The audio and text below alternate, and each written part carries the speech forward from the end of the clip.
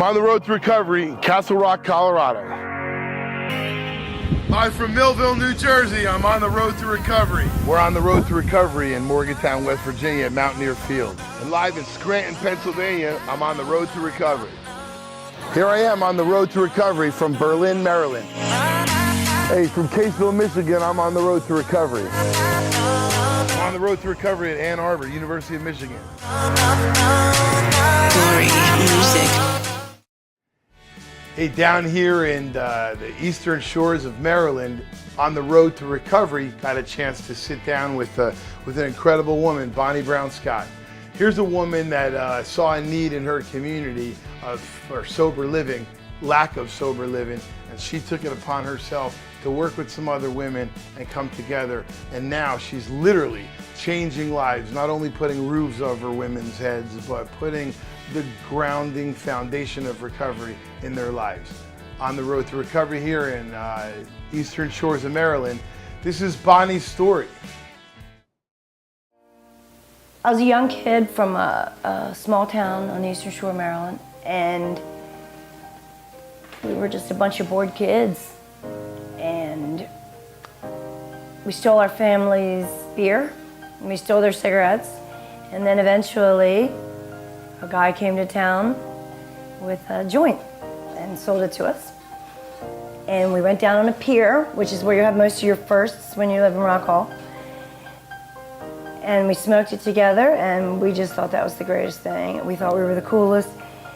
And I was a very little kid, so it made me more confident, and I liked it immediately. And that was the story with just about every drug I tried after that. In 1990, I went to a treatment center and consequently a recovery house. Stayed in the recovery house for about a year and a half and stayed clean for almost 8 years.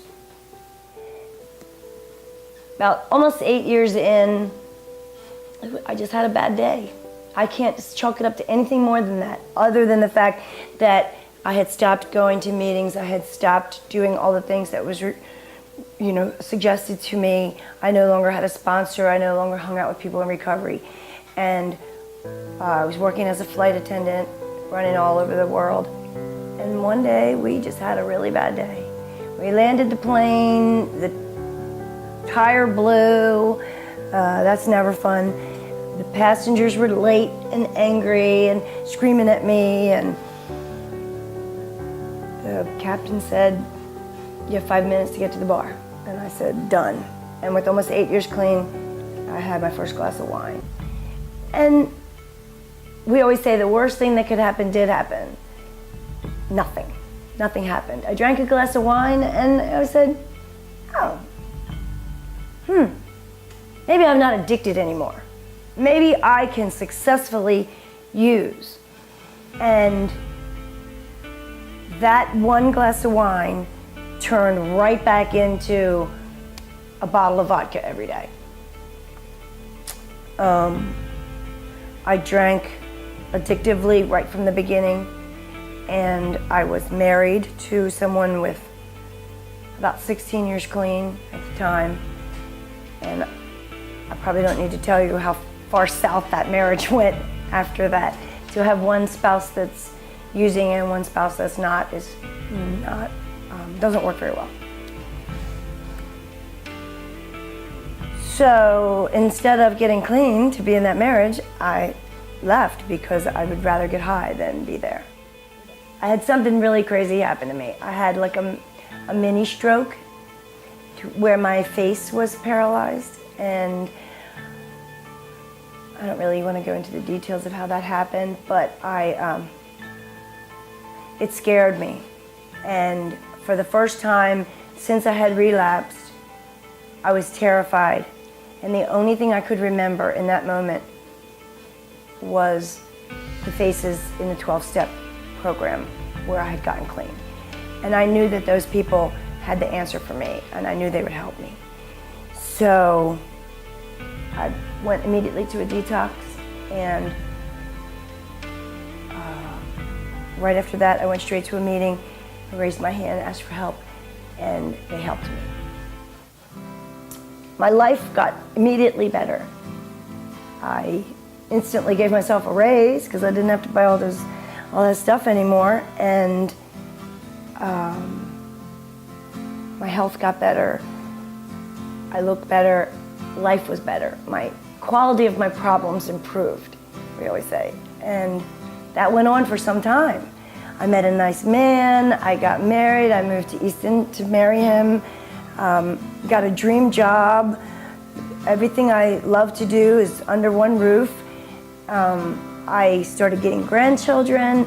My life it was like I used to say, you want to be me, because I have the best life.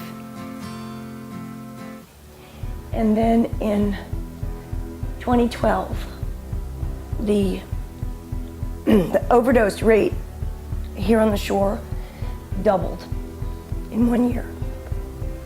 And my son was part of that statistic. My son's death put something really heavy on my heart. I started looking around for where were the women going to get clean? Where are the housing? Where's the housing for women in recovery? And there wasn't any on the Eastern Shore. And there were some for men, but there was nothing. We had to send our women across the bridge. So what I was seeing as an elder, so to speak, in NA, and a sponsor, I sponsor a lot of women here, I was seeing this hole in this community that was a female recovery house. We had all these women with these wonderful skills, and we first met on August 11th of 2016, and on November 17th of 2016 we opened our doors to our 6-bed facility here in Easton. We've had some wonderful success stories. We have women that are living clean in this community with time under their belt because they came to the Rad House, Rising Above Disease. And when I sit in that house now and I listen to the laughter up in the bedroom after lights out, and it always makes me laugh because I remember there not being a whole lot of laughter in the end of my road. I personally I feel honored and blessed to even be a part of the Rad House because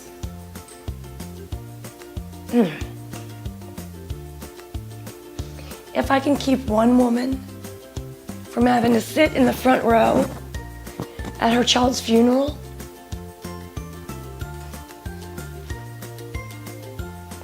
then it's worth it. I'm sorry. I always say mothers get 2 opportunities to sit in the front row. And that's at your funeral or at your anniversary and 12-step program. We put them in the front row because we know what they've been through. And I'll never sit in the front row of my son's anniversary. But I know that I will give my last breath so that another woman doesn't have to sit in the front row of her child's funeral. Hey Bonnie, thank you so much for sharing what you're doing. Hopefully it'll inspire other people to do the same. These stories showing people doing so much is not to just show what they're doing, but to inspire other people to do the same. If we all share recovery and the hope of recovery, we'll inspire other people to find their road to recovery and then in turn pay it forward, helping other people on this road to recovery. From the Eastern Shores of Maryland, I'm Michael De Leon, and we'll see you on the next episode of On the Road to Recovery.